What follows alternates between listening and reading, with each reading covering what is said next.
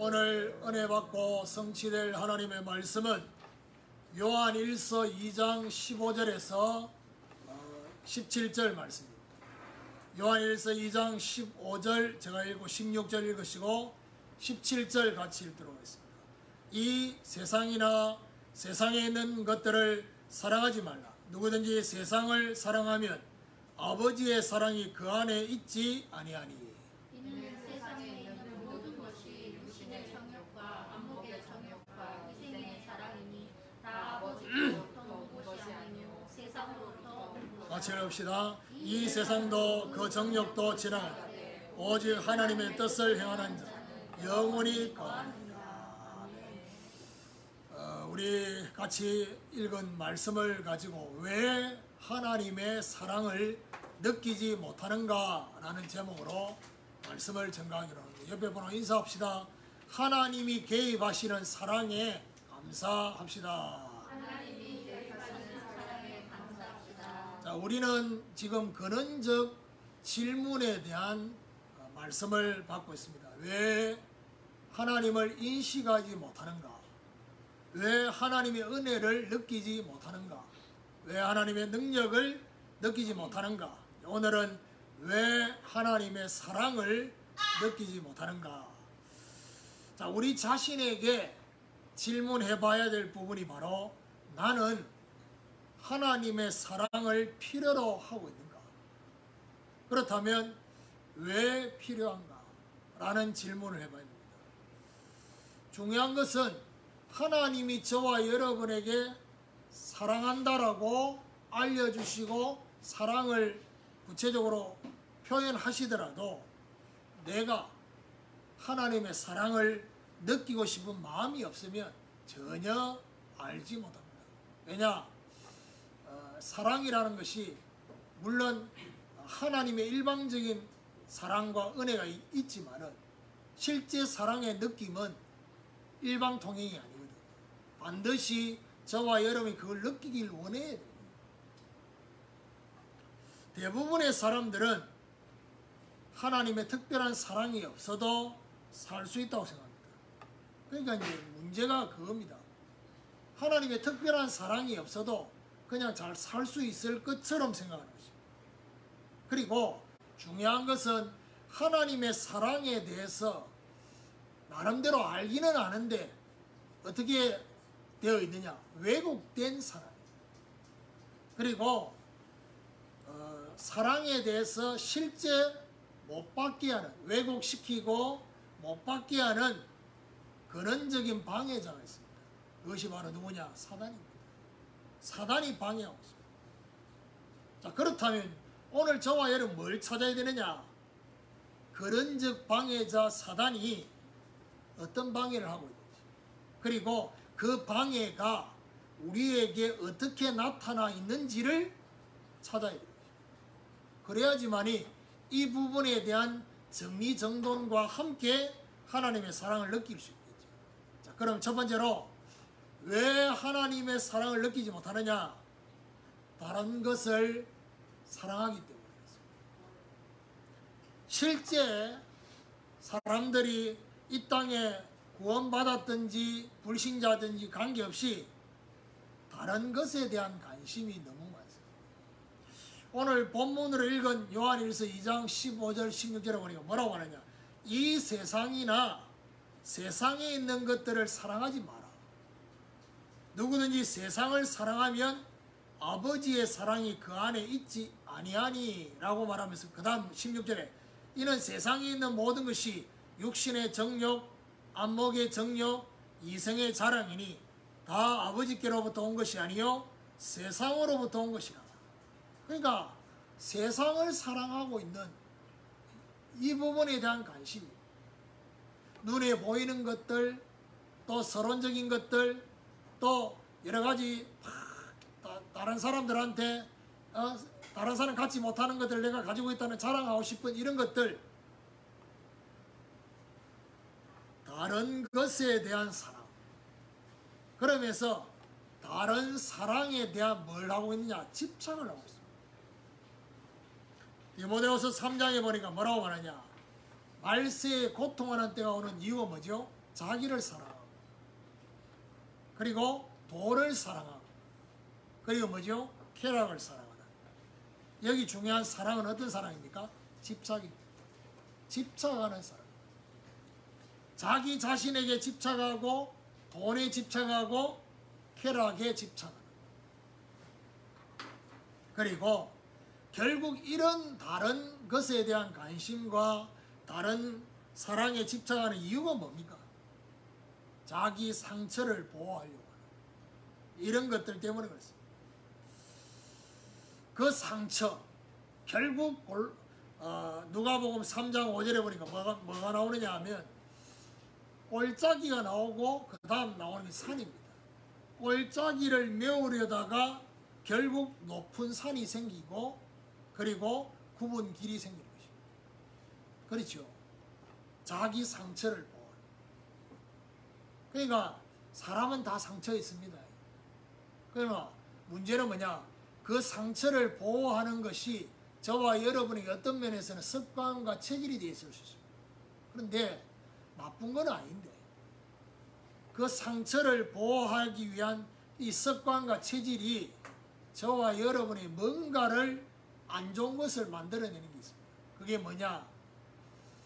나도 모르게 사람에 대해서도 그렇고, 하나님에 대해서도 그렇고, 내 자신에 대해서도 그렇고, 뭔가 온전한 것을 이해하고 받는 게 안 돼요. 뭔가 모르게 한쪽에 치우쳐져 있어요. 그게 이제 상처를 통해서 생겨진 결과입니다.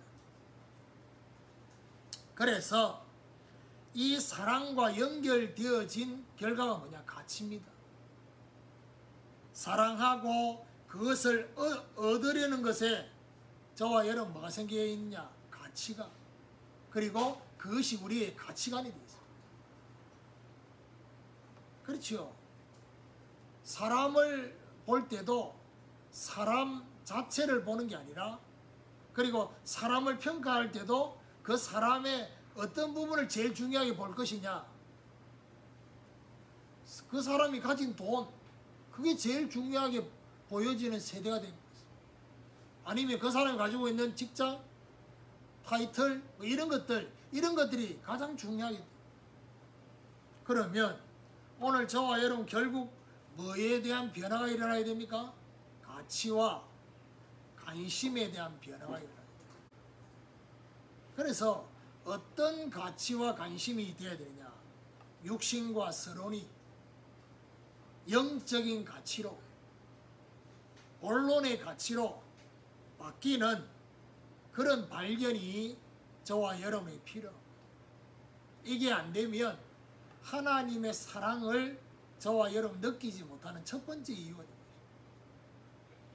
자, 두 번째로 왜 하나님의 사랑을 느끼지 못하느냐?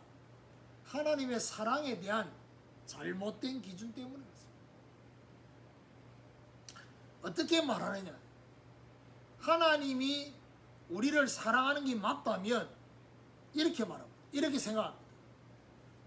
무조건 나를 이해하고 용서해 주셔야 맞지 않냐? 이렇게 생각합니다. 좀 이해해 주면 안 돼? 사고는 내가 다 치나라고. 내가 중요한 문제나 이런 것들에 대해서 내 마음대로 내 멋대로 그때 그 중요한 순간에는 하나님의 인도를 받기 위해서 고민하고 이런 것이 전혀 없이 내 마음대로 해놔놓고 수습할 때는 하나님 좀 이해해 주면 안 되냐고. 이런 식으로. 사랑의 잘못된 기준, 대표적인 것이 뭐겠습니까? 선악과 범죄에 대한 오해입니다. 선악과를 따먹고 난 이후에 아담 하와에게 결과적으로 나타난 게 뭡니까? 에덴 동산에서 쫓겨났습니다. 근데 그 에덴 동산에 쫓겨난 그것이 바로 뭐죠? 하나님의 심판으로 하나님이 벌하셨다고 생각합니다. 이게 잘못된 사랑의 기준이에요. 그러니까 대부분 뭐라느냐? 에덴 동산에 쫓아내지 말아야 된다고 생각합니다. 하나님은 뭐라고 말하면서 쫓아냅니까? 에덴 동산에 있는 생명나무 따먹으면 안 죽으니까 이 범죄한 상태에서 안 죽으면 하나님을 찾고자 하는 갈급함이 없어요. 없어집니다. 그래서 하나님이 그들을 하나님을 다시 찾고 다시 만나고 다시 복음을 붙잡도록 하기 위한 하나님의 방편으로 하나님이 사랑하셔서 기회를 주시려고 그렇게 쫓아냈어요. 쫓아내고 난 뒤 어떻게 했습니까? 두루두른 하연금으로 막았다 했습니다. 실제로. 그리고 자 히브리서 12장 6절에서 11절에 보면 무슨 단어가 나오느냐 하면 징계라는 단어. 하나님의 사랑의 징계가 나옵니다. 그런데 이 사랑의 징계에 대해서 히브리서 기자는 뭐라고 말하냐? 징계는 다 맞는 것이오늘 너희에게 이 징계가 없으면 어떻게 되냐? 사생자여 친아들이 아니라고 했어요.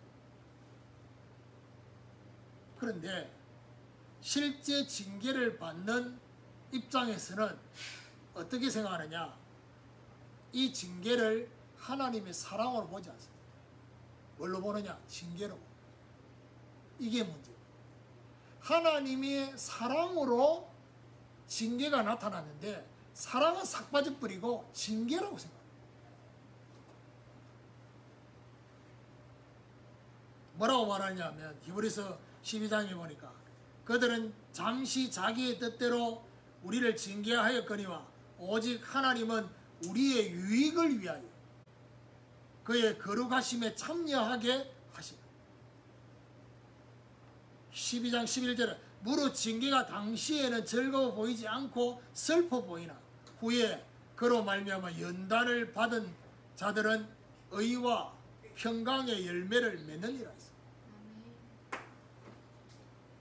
그래서 시편 기자가 내가 고난당하는 것이 내게 유익하다고 했어요. 우리는 이번 주간부터 이제 민수기에 들어갑니다. 사실은요, 이제 제가 메시지 하면서도 얘기를 하지만은요, 성막을 만들려고 해가지고 만드는데 시간이 꽤 오래 걸렸습니다. 그리고 성막이 다 만들어지고 난 뒤에 하나님이 내기의 5대 제사와 성결에 대한 이 정결에 대한 이 부분에 대한 말씀을 하시는데 기간이 어느 정도 걸리냐? 한 달이면 한 달. 한 달 동안 내기에 대한 메시지를 했어요. 성막 건립하고 난 뒤에. 그거 보세요. 한 달 뒤에 그 다음에 민수기 메시지가 들어갑니다. 들어가서 이 민수기 전체 내용이 어느 정도의 내용이냐? 39년입니다. 진짜 오리지널 강야는 어디냐? 민수기에 있습니다. 그러니까 어떤 면에서 출애굽기 레위기는 어떤 면에서 가나안 행진을 하기 위한 준비입니다. 민수기도 1장부터 10장까지는 행진도 하지 않습니다. 행진을 위한 준비입니다. 그들이 생각하는 하나님의 사랑, 이거요 완전히 지금 이 시대에 살고 있는 사람들 생각하고 거의 비슷한 그 생각을 가지고 있습니다. 우리가 잘 알고 있는 고난과 또 시련, 이제 이런 것들에 대해서 욥기 23장에는 뭐라고 말합니까? 욥이 나의 가는 길을 오직 그가 하시나니 그가 나를 단련하신 후에는 내가 순금같이 정금같이 나올 거라 했어요. 여기서도 중요한 게 뭡니까? 이걸 하나님의 사랑의 단련으로 생각하지 않습니다. 그래서 힘듭니다. 사랑이 전제된 단련이 아니라 사랑은 빠져버리고 단련으로만 보니까. 그래서 차라리 이거 안 받았으면 좋겠다는 거죠. 그리고 여러분, 저와 여러분이 좀 잘못된 길로 가고 잘못된 선택과 결정을 할 때 하나님이 그냥 좀 가만 놔뒀으면 안 좋겠나 이런 생각을 하잖아요. 근데 그런 사람도 있어요. 그냥 가만 놔두시는 사람도 있어요. 근데 하나님이 보다 못해가지고 늘 건드리는 사람이 있어요. 그렇죠? 하나님은 아시잖아. 여러분이 의도적으로 예배를 빠지는지, 몰라서 빠지는지. 몰라서 빠지진 않겠죠. 다른 건 다 잘 알면서 왜 그건 또 모르면서 빠집니까? 그럼에도 불구하고 하나님이 건드리는 사람이 있고 건드리지 않는 사람이 있어요. 이걸 보고 신학적인 용어로 건드리지 않는 사람을 보고 뭐라냐? 유기시켰다 했어요. 버려두시는 것이죠. 그럼 유기시키는 것의 반대가 뭡니까? 개입하시는 것이죠. 오늘 제가 여러분한테 인사하도록 했던 게 뭡니까? 하나님이 개입하시는 사랑에 감사합시다 했잖아요. 그러면 로마서 1장 24절부터 32절에 보니까 바울이 로마에 있는 성도들에게 쓴 편지 중에 지금 불신자와 같은 그 사람들을 두고 뭐라고 말하냐? 하나님이 그들을 버려두셨다. 그 정욕대로 살도록 버려두셨다 했어. 그걸 보면 뭐냐? 유기라는 것이죠. 여러분 그게 좋은 것처럼 보여요. 하나님이 저와 여러분에게 사랑하신다는 증거가 뭔지 압니까? 하나님이 개입하신 거죠. 개입하신 이것이 바로 하나님이 저와 여러분을 사랑하고 있는 것이죠. 예를 들면 저와 여러분이 생각한 대로 일이 잘 되면 너무 좋겠지요. 근데 이상하게 뭔가 일이 자꾸 꼬여요. 그리고 그 꼬이는 그 속에는 뭐가 있습니까? 사람과의 관계가 있어요. 꼬이는 거기에는 중요한 물질과 여러 가지 환경과 이런 사건의 개입이 있어요. 그럴 때마다 우리는 어떤 생각을 합니까? 하나님 이거 좀 없도록 좀 정리해 주면 안 좋은. 하나님은 더 큰 거를 바라보고 있을 수 있어요. 그냥 우리가 생각한 대로 되면 우리 입장에서는 좋을지 몰라도 하나님 입장에서는 그게 지금 하나님이 원하는 게 아닐 수 있다. 그럼 브레이크를 거는 거죠. 이게 바로 잘못된 사랑의 기준입니다. 오늘 저와 여러분 혹시 나는 지금 다른 사람들이 당하지 않는 징계를 받고 있다. 다른 사람들이 당하지 않는 고난, 그런 하나님의 단련함, 하심 이런 것들이 내한테는 지금 진행되고 있는 것처럼 느끼는데 그 속에 저와 여러분이 느끼는 그 감정이 이게 하나님의 사랑으로 온 것이구나 라는 생각이 있느냐. 사실은요, 저와 여러분이 신앙생활 처음 할 때 이런 것들이 거의 없어요. 왜냐?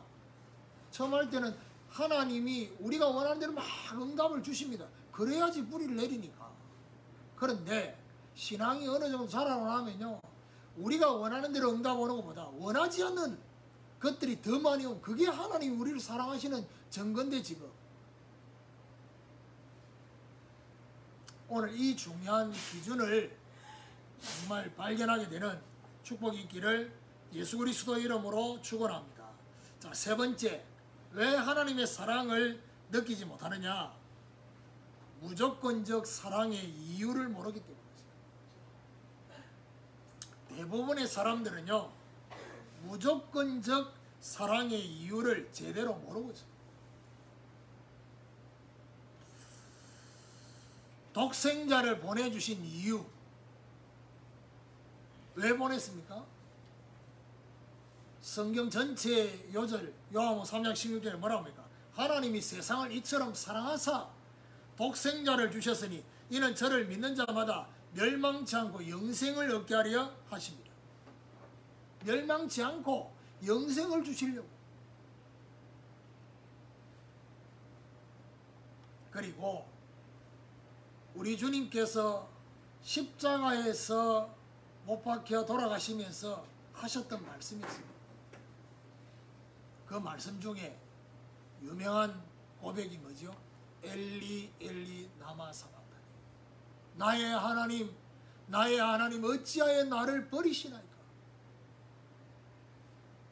그런데 이걸 가지고 책을 썼는 사람이 책 제목을 뭐라고 했냐? 침묵이라고. 그렇게 절규하는데, 우리 주님이 그 십자가에서 그렇게 절규하는데 하나님은 침묵하고 계십니다.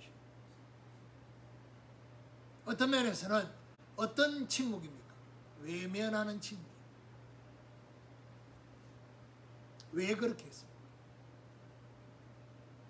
그래야지만이 하나님이 저와 여러분을 얻을 수 있습니다.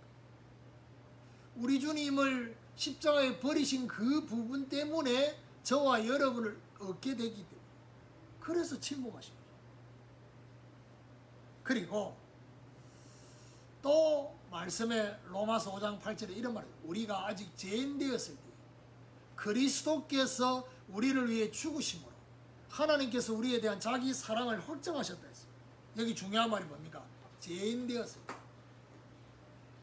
하나님이 저와 여러분에게 뭐죠? 물어보시지 않고 십자가를 신 이유가 뭐냐?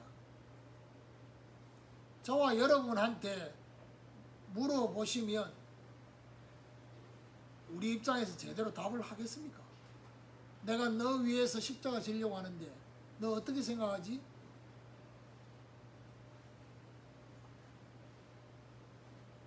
희망 없는 죄인이기 때문에 물어보지 않고 그냥 십자가를 우리에게 주신 것입니다. 그러니까 하나님의 무조건적인 사랑의 이유가 뭐냐? 그렇게 하지 않으면 안 되는 이유가 사실은요, 우리 편에 있는 것입니다. 저와 여러분이 하나님의 사랑을 실제로 받을 만한 그 우리 안에 의의가 1%도 없습니다. 그렇기 때문에 우리 보고 물어보고 우리와 같이 뭔가 협력하고 이런 게 없습니다. 그리고 하나님이 저와 여러분을 끝까지 사랑하신 이유가 뭐냐? 우리는요 늘 배반합니다. 늘 배신하고, 그리고 이상하지요. 잘해준 거 기억한 것보다 늘 못한 것만 기억합니다. 그렇죠? 얼마나 웃기냐면요, 부모님이 자녀를 위해서 뭔가 한 게 있잖아요. 물론 그렇지 않는 부모도 있습니다. 해준 거. 근데 그 해준 거에 대해서는 어떻게 생각하고 있냐? 당연한 거라고 생각합니다. 당연한 게 어디 있어요? 이 땅에 당연한 건 없어요.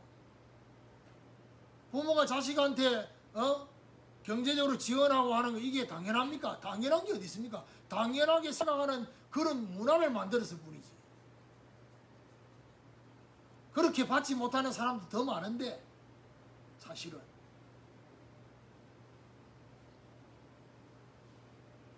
그러니까요, 당연하다고 생각하면서 부모가 못해준 것만 기억하고. 참, 그러니까 그걸 보고 말하냐? 싸가지 없다는 것입니다. 해준 것보다 못해준 것만 기억하고 있습니다. 그래서 상처받고 부모에 대해서 원망과 정어와 이런 것들이, 지금 제가 이렇게 극하게 얘기하는 거는 여러분에게 지금 얘기하는 거, 우리 새끼들 보고 얘기하는 거죠. 당연하다고 생각합니다. 당연하게. 뭐 당연한 게 어디 있습니까? 그렇게 하기 위해서 제가 얼마나 많은 절제를 해야 되는지를.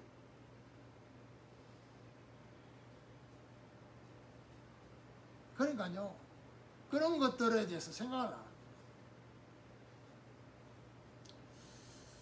예수님이 제자들을 사랑하는 그 사랑에 대해서 요한이 뭐라고 기록했냐? 요한 13장 1절에 자기를 사랑하는 그 사람을 끝까지 사랑하셨다.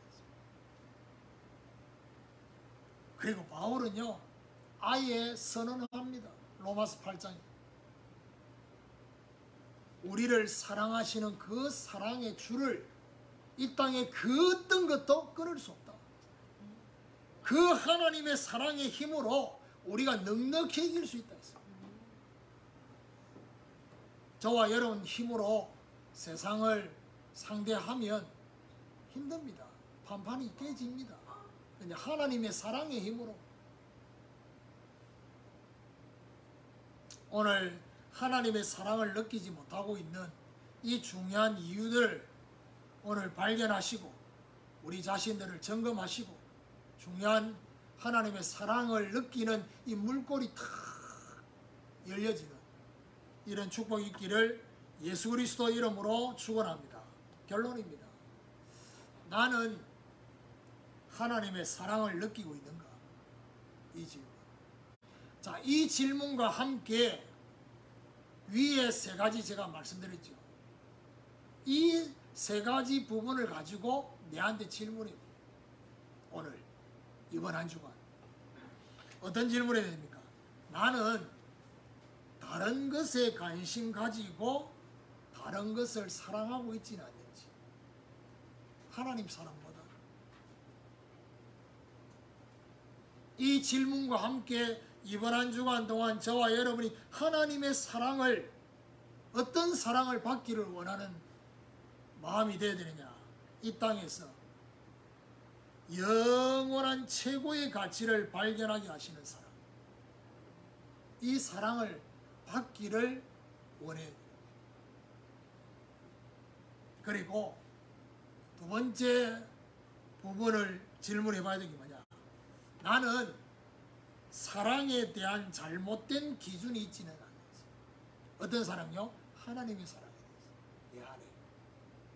하나님의 사랑에 대한 잘못된 기준이 저와 여러분이 자리 잡고 있으면 하나님은 저와 여러분을 사랑하신다고 지금 모든 것들을 주셨는데 저와 여러분 입장에서는 하나님의 사랑으로 생각 안 하겠죠. 징계라고 생각하겠죠. 그래서 어떤 사랑에 대한 감사가 회복되어야 되느냐. 저와 여러분을 향해서 하나님이 가만 계시고 버려두시는 유기가 아니라 하나님이 개입하시는 사랑. 이 부분에 대한 뭐죠? 감사가. 세 번째 저와 여러분 질문해야 될 게 뭡니까? 나는 무조건적 사랑의 이유를 모르고 있지는 않는지. 하나님의 무조건적 사랑. 그 이유를 내가 모르고 있지는 않는지를 질문해야 됩니다. 그리고 저와 여러분 그 질문과 함께 이번 한 주간 동안도 저와 여러분 남은 인생에 어떤 삶으로 이어지기를, 하나님의 사랑이 우리의 삶으로 이어지기를 원해야 되느냐. 하나님의 사랑의 힘으로 넉넉히 이깁시다. 그렇죠? 넉넉히 이기고, 그리고 이 사랑에 대한 뭐가요? 보답이에요. 저와 여러분 받은 사랑에 대한 보답.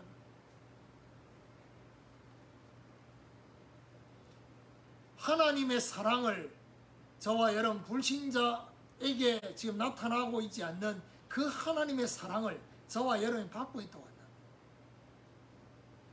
이 땅에 많은 종교인들, 그 사람들이 받지 않고 깨닫지 못하는 그 사랑을 내가 받고 있다고 한다. 세계복음화 할 수 있도록 복음 전가하는 이 일에 하나님이 저와 여러분을 사랑하셔서 우리를 부르시고 이 사랑에 대한 계속적인 관심과 인도가 저와 여러분 있다고 한다면 그 사랑에 대한 뭐요? 보답을.